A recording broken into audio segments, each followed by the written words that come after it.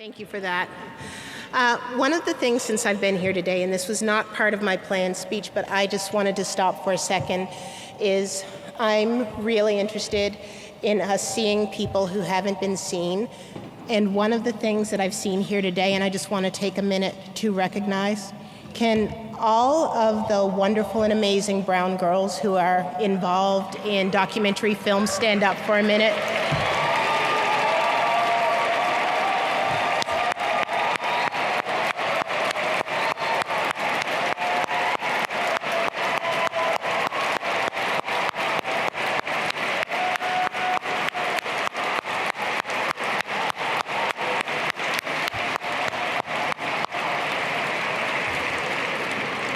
I hope you all appreciate what a force and a strength we have in brown women who are telling stories.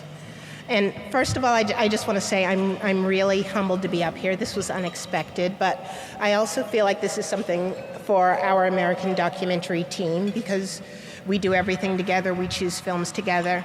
And for me, it has been just such an honor and a privilege to be able to lead this organization. I remember when I was coming onto it thinking, not only is it so amazing to have the ability to decide what important documentary films are on the air, but also to be able to present them to the public. I mean, one of the things that's important is that we broadcast on the public broadcasting service, and I take that word service very seriously.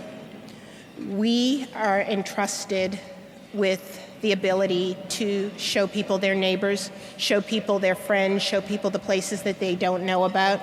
And I think it's such an important thing in our country today because as my friend, mentor, and former boss, Albert Maysles, would say, how do you know your neighbor if you don't understand your neighbor?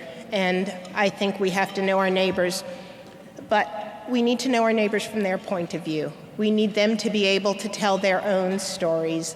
And for a long time, we acted as if telling someone else's story and parachuting in was a way of understanding, when really all you were understanding was the person who was telling the story and their biases and views.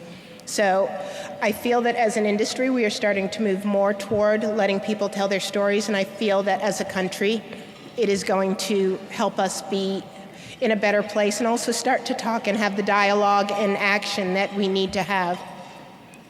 I don't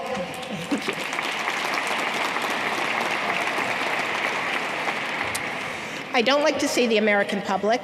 I like to say the public in America because in my mind, our audience is every person who has the ability to see these stories. It's not about citizenship. It's about who's here and understanding that a story about a broadcaster in India is as relevant to a large part of the population in this country as something about trucking in the South.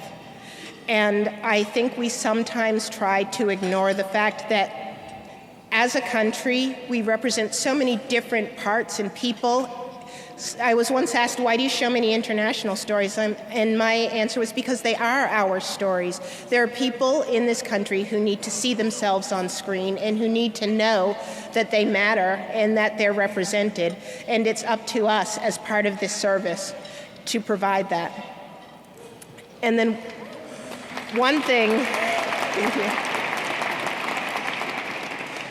that's important for me to point out more than anything else is that independent documentary is under threat.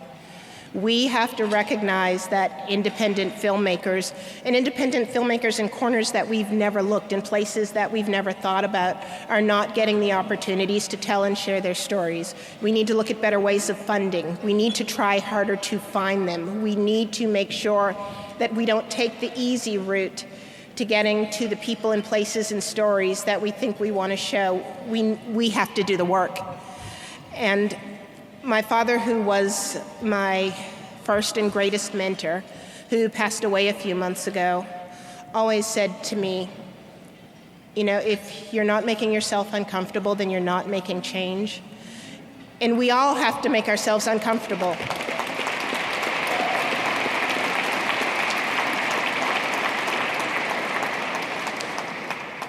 I feel that we all have to take the time to look at what we can do and how we do something. And it's always important to me that if I talk about anything, that there's some sort of call to action.